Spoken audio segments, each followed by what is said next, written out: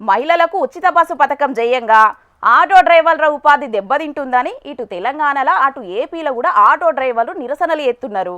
గందుకే ఏపీలో కూటమి సర్కార్ ఆటో డ్రైవర్ల కోసం ఈ పథకం చాలు చేసింది.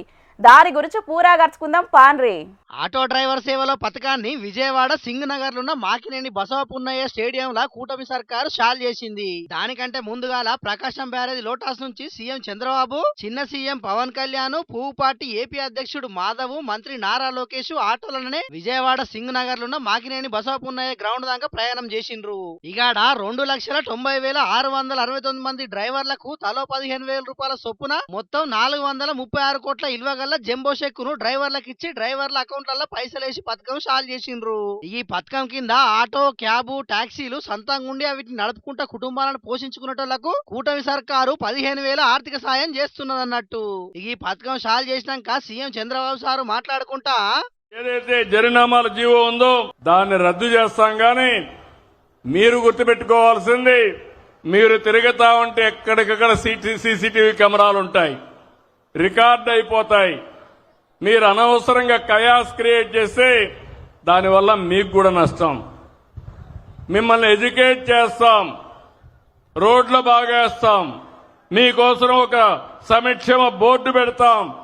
నా ఒక్క చిన్న కోరిక, మీరు కూడా క్రమశిక్షణగా ఉండి 10 మందికి చెప్పి దానివల్ల టూరిజం అభివృద్ధి అవుతుంది, లా అండ్ ఆర్డర్ మెయింటైన్ అవుతుంది.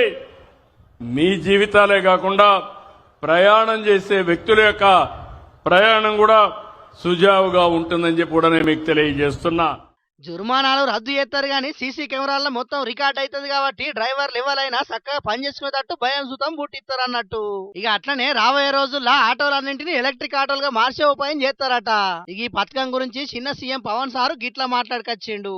ఏదన్నా ఉచిత బస్సు ప్రయాణం ఇస్తే ఆటోలకు ఇబ్బంది అవుద్ది, వారి ఉపాధికి ఇబ్బంది అవుద్ది, అందరూ బస్సులో వెళ్ళిపోతే మా పరిస్థితి ఏంటని ఖచ్చితంగా అంటారనేది ఆ రోజు కేబినెట్ లో ప్రస్తావిస్తే గౌరవ ముఖ్యమంత్రి గారు ఒకటే ఇచ్చారు, ఎట్టి పరిస్థితుల్లో కూడా వారిని నిర్లక్ష్యం చేయం, వారికి ఏ సమస్యలు ఉన్నా సరే వారిని ఎలా కాంపెన్సేట్ చేస్తాం దాని మీద కొంచెం సమయం కావాలని మనస్ఫూర్తిగా ఆయన ఆ రోజు చెప్తే మేమందరం బలంగా నమ్మాం. దాన్ని పెట్టుకుని ఈ రోజున మీకు 15,000 రూపాయలు చాలా సంవత్సరాల కాలంలోనే వచ్చిన వెంటనే సంవత్సరాల కాలంలో మీకు 15,000 రూపాయలు మీ అకౌంట్ లో పడబోతుంది. మొత్తానికైతే ఉచిత బస్సు పథకం చేయంగా ఆటో డ్రైవర్లకు తిప్పాలు కావద్దని కూటమి సర్కారు మంచి పని చేసింది పోండ్రి. ఈ పథకం గురించి అక్కేమంటున్నది ఈనుండ్రో పారి. ఆటో డ్రైవర్లకి 15,000 పడుతున్నాయి. అవి చాలా రకాలుగా ఉపయోగపడుతున్నాయండి.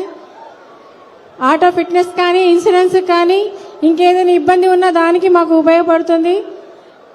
నా తరపున, ఆటో డ్రైవర్ల తరపున, రాష్ట్ర ప్రజల తరపున అందరికీ ధన్యవాదాలు తెలియజేసుకుంటున్నాను సార్.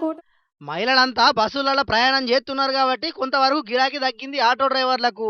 ఇట్లా ప్రతి ఏడాది 15,000 రూపాయలు ఆటో డ్రైవర్లకి ఇస్తే దేనికోదానికి పనికొస్తాయి. ఇక అటు ఈ పథకం షాల్ చేసేందుకు విజయనగరం పోయిన హోంమంత్రి అనితక్క